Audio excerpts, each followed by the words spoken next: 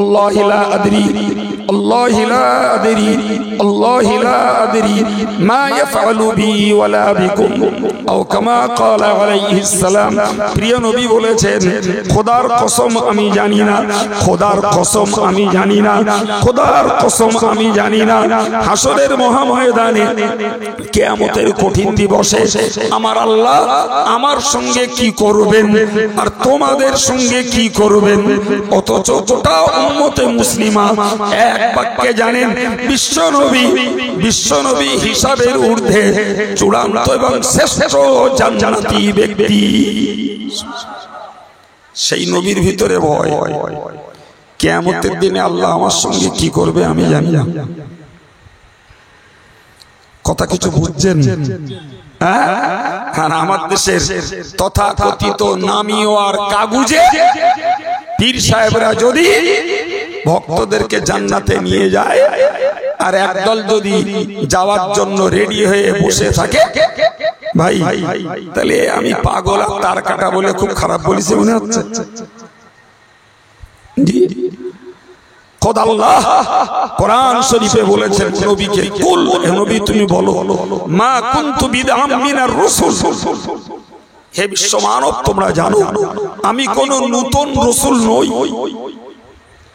আমি কোন নতুন রাসূল নই, বরং আমার পূর্বে 1 লক্ষ মতান্তরে 23,999 জন মতান্তরে 1 লক্ষ অথবা 2 লক্ষ 23,999 জন পয়গম্বর চলে গেছে। আমি সেই ধারাবাহিকতায় সবার শেষে পৃথিবীতে নবুয়তের দায়িত্ব পেয়ে প্রেরিত হয়েছে।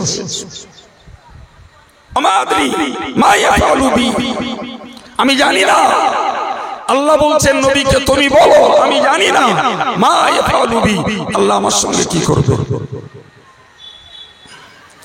এরপরে পৃথিবীর কোন বুজুর্গ, কোন মহারথী, কোন শক্তিধর, কোন বিদ্বান, কোন পণ্ডিত কে আছে নিজেও হাসরের দিনে আরশের ছায়ার নিচে জায়গা পাওয়ার গ্যারান্টি দেবে আর নিজে জাহান্নাম থেকে বাঁচবে আর অন্যকে জাহান্নাম থেকে বাঁচাবে, নিজে জান্নাতে যাবে আর অন্যকে নিয়ে যাবে। ভাই এরূপ কথা পৃথিবীর কারোর পক্ষে বলা সম্ভব? হ্যাঁ না বলেন? যদিও আজকের যুগে কিছু লোক এ কথাও বলছে, আর আমি আপনাকে হাদিস শুনিয়েছি আর কোরআন শুনিয়েছি। যে খুদ রাসূল বলছেন যে আল্লাহ আমার সঙ্গে কি করবেন আমি জানি না। এবার বলে বিচারের দিবসটার ভয়, বিশ্বাস এবং চিন্তা ভাবনা প্রতি মুহূর্তে, প্রতিটি কথায়, প্রতিটি কাজে, প্রতিটি শোনার ক্ষেত্রে আমাদের ভিতরে চলমান এবং জাগ্রত থাকার দরকার আছে না নাই বাবা? সম্মানিত ভাইরা আমার, প্যারে নবী সাল্লাল্লাহু আলাইহি ওয়াসাল্লাম বলেছেন, সাবআতুন ফি যিল্লিহি ইয়াওমা লা যিল্লা ইল্লা যিল্লুহু। আমি আল্লাহর নবী বলছি, ওই রুটির মতো সাদা গোটা পৃথিবী, গাছপালা, বাড়িঘর, শূন্য একটি ময়দান, মাথার 1 মাইল উপরে সূর্য। ওই দিন এই तमाम পৃথিবীর লক্ষ কোটি মানুষ যারা হাজির হবেন এবং কোন ঠাসা পরিস্থিতিতে সবাইকে দাঁড়াতে হবে, ওর ভিতর থেকে 7 শ্রেণীর মানুষকে আল্লাহ আরশের ছায়ার নিচে জায়গা দেবেন। 7 শ্রেণীর মানুষ। আমরা ছেলেবেলায় একটা আরবি সাহিত্যের বইতে এই হাদিসটার ভিত্তিতে একটা প্রবন্ধ পড়েছিলাম। প্রবন্ধটার নামই দেওয়া ছিল কুন আহাদাম মিনাস সাবা, যার বাংলা অর্থ হলো তুমি অন্তত 7 জনের একজন হও। 7টা গুণের কমপক্ষে তুমি একটা গুণের মালিক হও। 7টা নয়, 6টা নয়, 5টা নয়, 4টে নয়, 2টি নয়, 3টি নয়, 2টি নয়, ন্যূনপক্ষে একটা গুণ তুমি জোগাড় করে মারো। কি বাবা? সাতটাই গুণ জোগাড় করতে হলে প্রচুর কঠিন ছিল, কিন্তু কমপক্ষে যদি একটা গুণ জোগাড় করলে হাসরের ওই কঠিন দিন থেকে বেঁচে আরশের নিচে জায়গা পাওয়া যায়। আমি আমার প্রিয় যুবক, আমার সমবয়স্ক ভাই, আমার বৈষয়িক মুরব্বী এবং সম্মানিতা পর্দানশীলা মা এবং মেয়ে এবার বোনদেরকে বলবো, আজকের এই মজলিস থেকে নিয়ত করে উঠুন যে এনি হাউ আমার জীবনে একটা গুণ আমার জোগাড় করাই লাগবে। একটা গুণ কমপক্ষে, বেশি হলে আলহামদুলিল্লাহ। কি বাবু, আমার এই পরামর্শ মানা যাবে? একটু ইনশাল্লাহ বলে ভাই। এখানে যদি পিছপা হয় তাহলে পরে আর আমল হবে বলে আর মনে হয়। আমি মাঝে মধ্যে বলি যে এখানে যদি সুবহানাল্লাহ হ্যান্ডেল মেরে বলাতে হয় তাহলে পরে সুবহানাল্লাহ তাসবিহ আর খুঁজে পাওয়া যাবে না। তাই এখানে তো আপনারা জি বলতেছেন তা ভাগে ভাগে, তার মানে সবার ইচ্ছা না যে ও যার রোদ পড়ে পড়বে ওই দেখা যাবে। তো ফাইনালে যাওয়ার আগে চলো না ভাই, এখন আকাশ বেশ পরিষ্কার, বেশি না তোমার এই সকাল 10টার দিকে ওই মাঠের মাঝখানে খোঁটায় দড়ি বেঁধে তোমার রেখে আসবো, আর বিকেল 4টের দিকে বাড়ি আনবো। বেশিক্ষণ না, পানিও দেবো না আর খাবারও দেবো না, পানও না, আর যদি বিড়ি খাও তো বিড়িও না, কিচ্ছু দেবো না। খোঁটায় একটু রোদি বেঁধে রেখে আসবো। কতটা রক্ত গায়ে ছিল মেপে যাবা, আর পরে এসে মেপে দেখবা কতটা কমিয়েছে। আর এটি যদি বুকের পাটা হয় যে হাসরের ময়দানে দাঁড়াবো ওই রোদি, নো টেনশন, তাহলে তোমারও বলতে হয় তুমি আর এক পাগল, তুমি আর এক তার কাটা। শুধুমাত্র ইমানের গেট আপ লাগিয়েছ মুসলিম পরিবারে জন্ম নিয়ে, আসলে তুমি ইমানদার নও। সম্মানিত ভাইরা মায়েরা সকলকে আমি ভাই হার্ড রিকোয়েস্ট করব, আন্তরিক ভাবে বদ্ধপরিকর হওয়া উচিত, শক্তপোক্ত নিয়ত করা উচিত, কঠিন সিদ্ধান্ত নেওয়া উচিত যে আমি আমার জীবনে একটা গুণ অবশ্যই জোগাড় করবই। বাঙালিরা এমনি যা নিয়ত করে তার অর্ধেকটা হয়, আর অর্ধেকটা নিয়ত করলে 4 আনা মতন হয়, আর নিয়ত যদি 4 আনা মতন হয় কিছু হয় না, ও বেকার। বাঙালির নিয়ত দুর্বল। কতবার বললো এই ভক্তে নামাজ পড়বো, এরম লোক আছে না নেই? কতবার ওরম নিয়ত করলে এই ভক্তে নামাজ পড়বো, সে এইবার করতে করতে কতবার গেছে আজও নামাজ ধরিনি। বলছে এইবার রোজা রাখবো, কত রোজা কেটে গেল এখনো তার রোজা রাখা হয়নি। বুঝতে পারছেন যে সত্যি না মিথ্যা? এটা হচ্ছে বাঙালির নিয়ত। জি, আল্লাহ পাকের নবী বলেছেন, ও সাহাবীরা তোমরা মনে রাখো, আমি আল্লাহর নবী বলছি, প্রথম নম্বরের গুণ হলো ইমামুন আদিলুন, যারা ন্যায় বিচারক নেতা। কোন নেতা? ন্যায় বিচারক নেতা। যারা দুনিয়ার জমিনে ন্যায় বিচার করবে, ন্যায় বিচারক নেতা যারা হবে, আল্লাহ পাক এই ন্যায় বিচারক নেতাদেরকে হাসরের মাঠে কিয়ামতের কঠিন দিবসে আরশের ছায়ার নিচে তাদের জায়গা দান করবেন।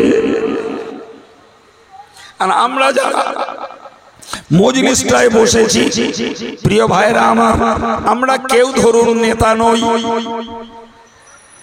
ধরুন মানে ওইটাই ঠিক, আমরা তার নেতা না, আমরা গ্রাম্য নেতাও না, পঞ্চায়েতের নেতাও না, জি আমরা কোর্টের বিচারপতিও না। ন্যায় বিচারটা করো, সাবজেক্টটা কোথায় আমাদের? কথা বলে আমি আপনাকে ছোট্ট একটা কথাই বলবো, নিশ্চিত মনে রাখুন, আমরা গ্রাম্য নেতা নই, সমাজের নেতা আমরা নই, আমরা মসজিদের ইমাম নই, আমরা দ্বিপাক্ষিক কোর্টের আদালতের বিচারক আমরা নই। কিন্তু মনে রাখুন, আমাদের প্রত্যেকের পরিবার আছে। আমার পরিবারে মা আছে, স্ত্রী আছে, মেয়ে আছে, বোন আছে, ওদিকে বাপ আছে, ছেলে আছে, ভাই আছে, আমার অধীনস্থ, আমি তাদের হেড অফ দ্য ফ্যামিলি। হে মুসলমান, তোমায় মনে রাখা দরকার, ওই অধীনস্থ সদস্যগুলোর প্রতি ন্যায় বিচার করাটাও তোমার ডিউটি। কি ভাবলে? তুমি মার জন্য একরকম, বোর জন্য আর একরকম, মেয়ের জন্য আর একরকম, বোনির জন্য আর একরকম, তোমার খবর খারাপ।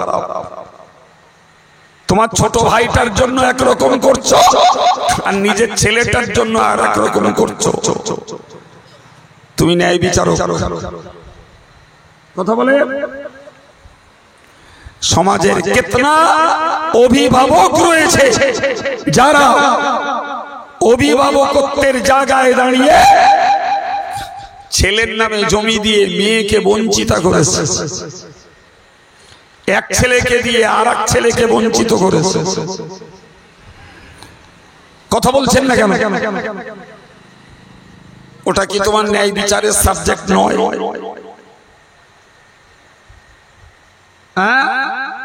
ওটা কি ন্যায় বিচারের বিষয় নয়?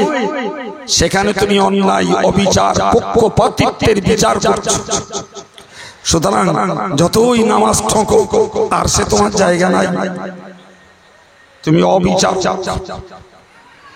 তুমি অবিচারক, তুমি পক্ষপাতমূলক বিচার, তোমার জায়গা নাই।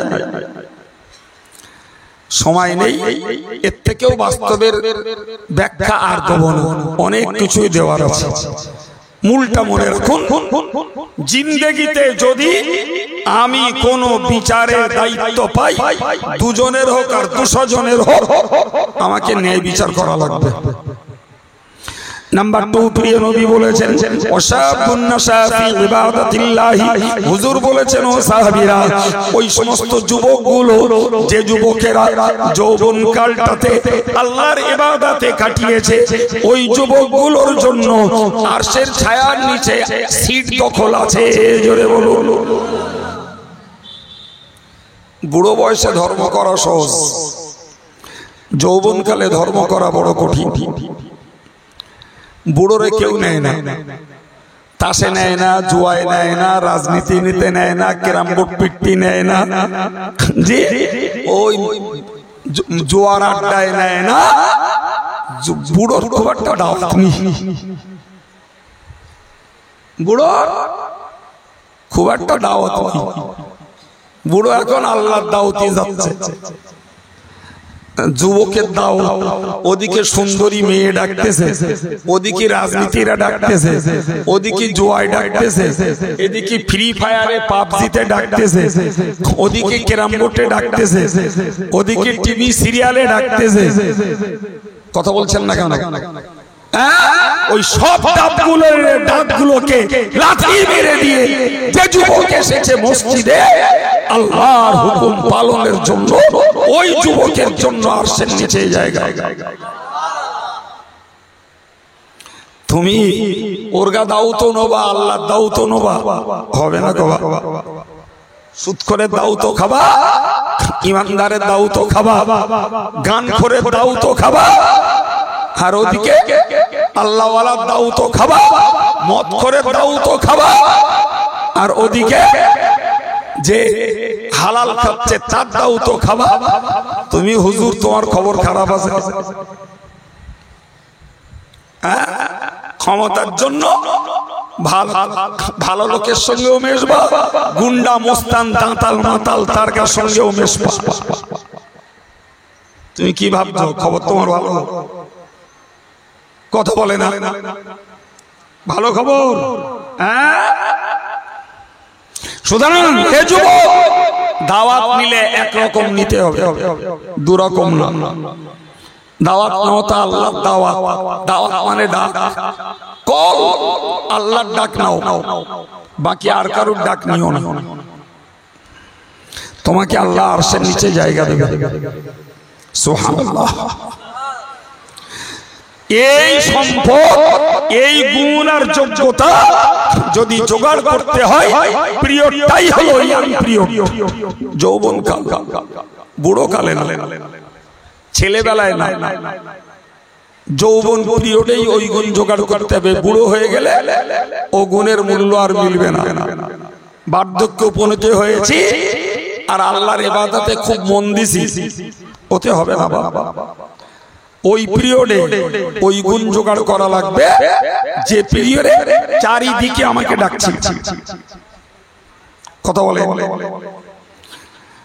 3 নম্বরে নবী বলেছেন, ও রাজুলুন কলবুহু মুআল্লাকুম বিল মাসজিদ ইয়াখরুজু মিনহু হাত্তা ইয়াউদা ইলাইহি। নবী বললেন, তৃতীয় ব্যক্তি হলো একজন ব্যক্তি জোহরের নামাজ মসজিদে এসে জমাতে পড়ে, আবার কাজ আছে, মসজিদ থেকে নামাজ হয়ে গেলে বেরিয়ে চলে যায়, কিন্তু মনটায় টানা দেওয়া আছে আসরের আজান হলে আবার মসজিদে আসবো। আসরের নামাজ পড়ে বেরিয়ে গেছি শানপুকুর বাজারে অথবা পড়ন্ত বেলায় পাটনিড়ুতি, কিন্তু মনের ধান্দা আছে মাগরিবের আজান হলে আবার জমাতে যেয়ে নামাজ পড়বো। ঠিক এমনি ধারায় মাগরিব পড়ে মাঠঘাট, এই হাট ঘাট, চা দোকান সব করে ফেলেছি, কিন্তু ভিতরে আমার টেনশন আছে, ঘড়ির দিকে খেয়াল আছে, এসা আজান হলে জমাতে যেয়ে নামাজ পড়বো। নামাজ পড়ে বাড়ি গেছি, খেয়ে দিয়ে ঘুমিয়ে পড়েছি, টেনশন আমার মাথায়, আজান হলে উঠবো, ফজরের জামাতটা পড়ে তারপরে কাজে যাব।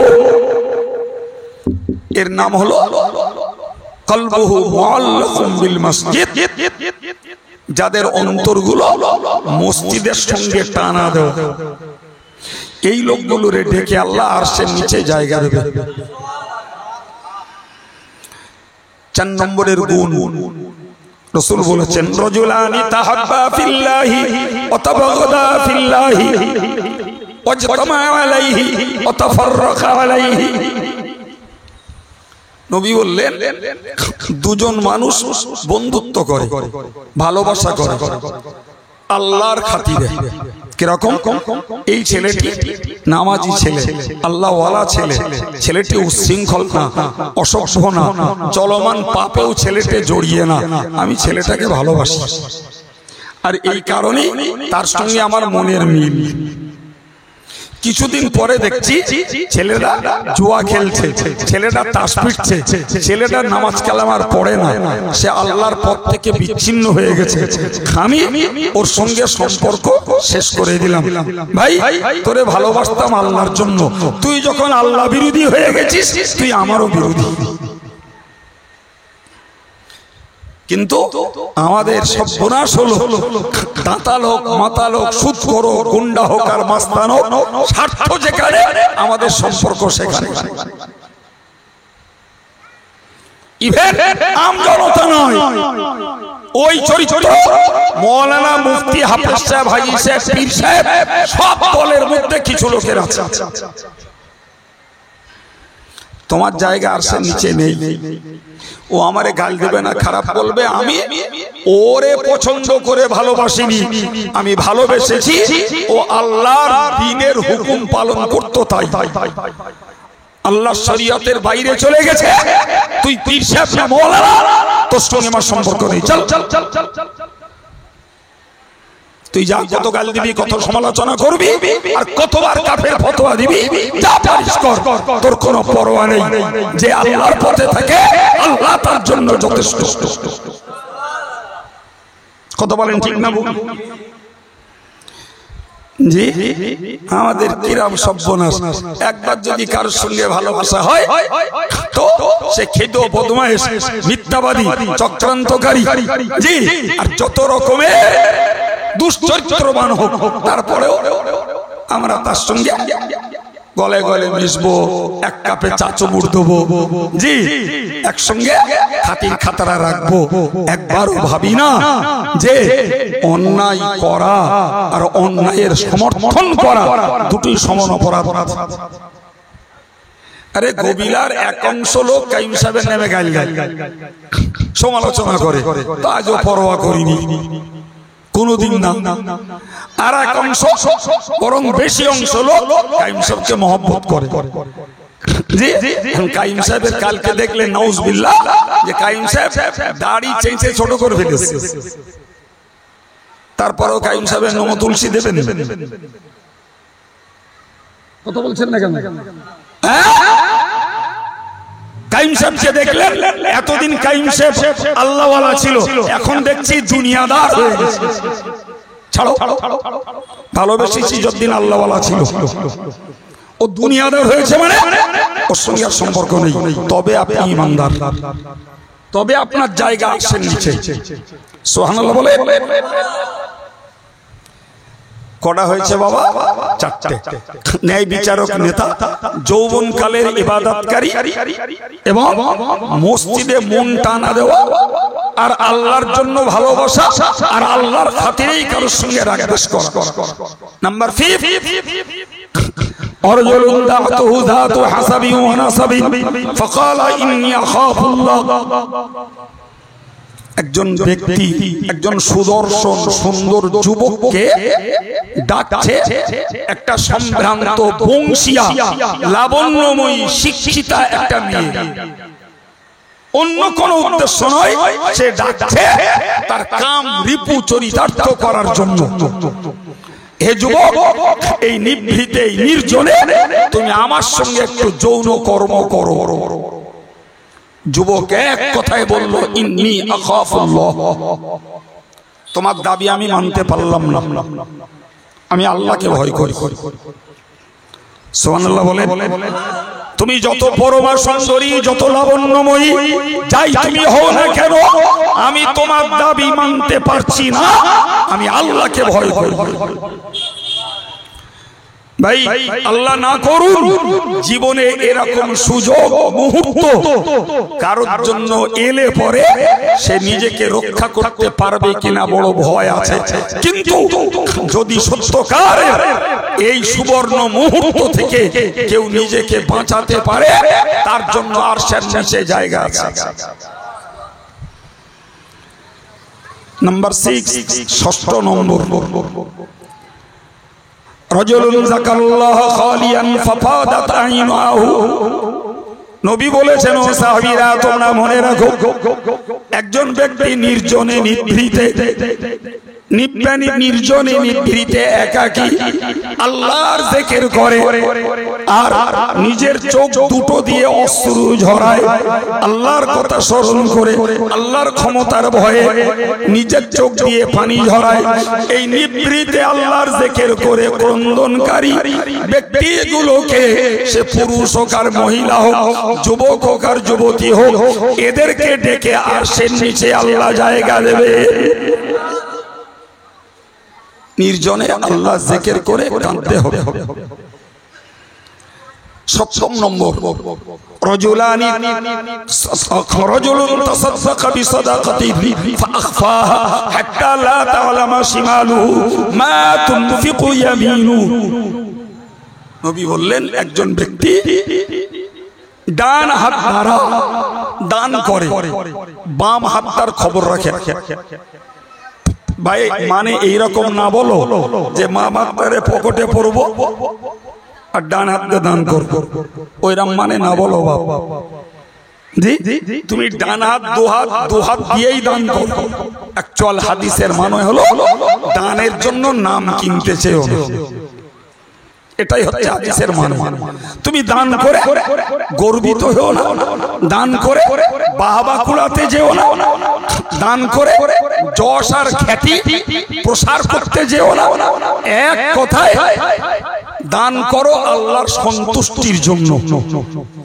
যে লোকটা মসজিদে মাদ্রাসায় দিন দুঃখী গরিব আত্মদুস্থ অসহায় এদের পিছনে দান করে এবং আল্লাহর সন্তুষ্টি আশা করে, ওই লোকটাকে ডেকে আল্লাহ আরশের নিচে জায়গা দেবেন।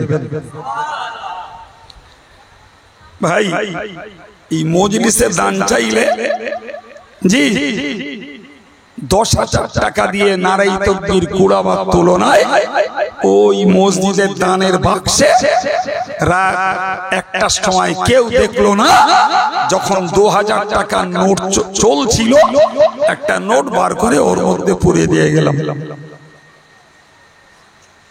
কথা বুঝতে পারছেন কি? এখানে 10,000 টাকা দিয়ে নারাই তাকবীর কুড়াবার তুলনায় ওইখানে গোপনে 2000 টাকা দেওয়ার মূল্য অনেক বেশি।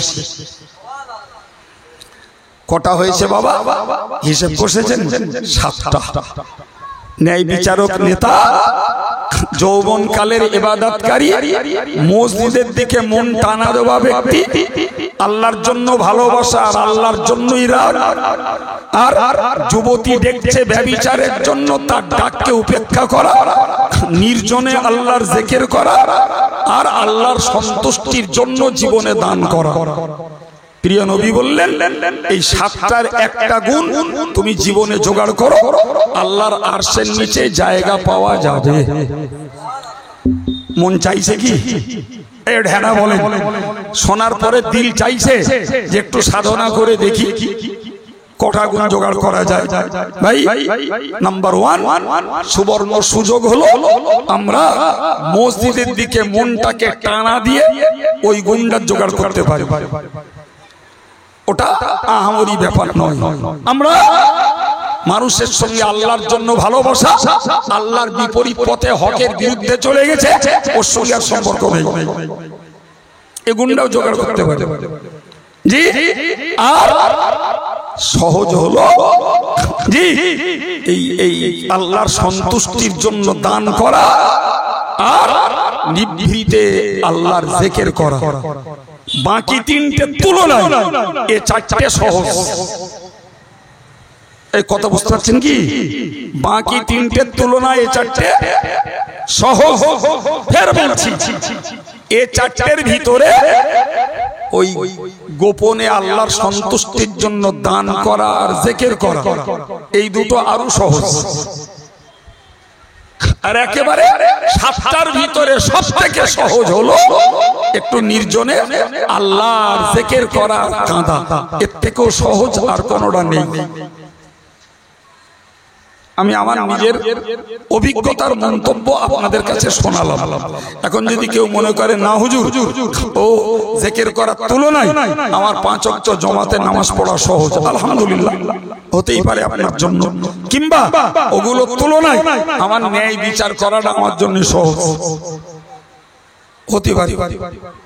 কিন্তু আমি যেটা বলেছি এটা মানুষের মনস্তাত্ত্বিক অভিজ্ঞতা। ন্যায় বিচার করা সহজ নয়, 5 ওয়াক্ত নামাজ জামাত সহ আদায় করাটাও সহজ নয়। জি ভাই, সবকিছু মূল্যায়ন করে আমি বললাম 7টার ভিতরে সবথেকে সহজ হলো কি বলেছি?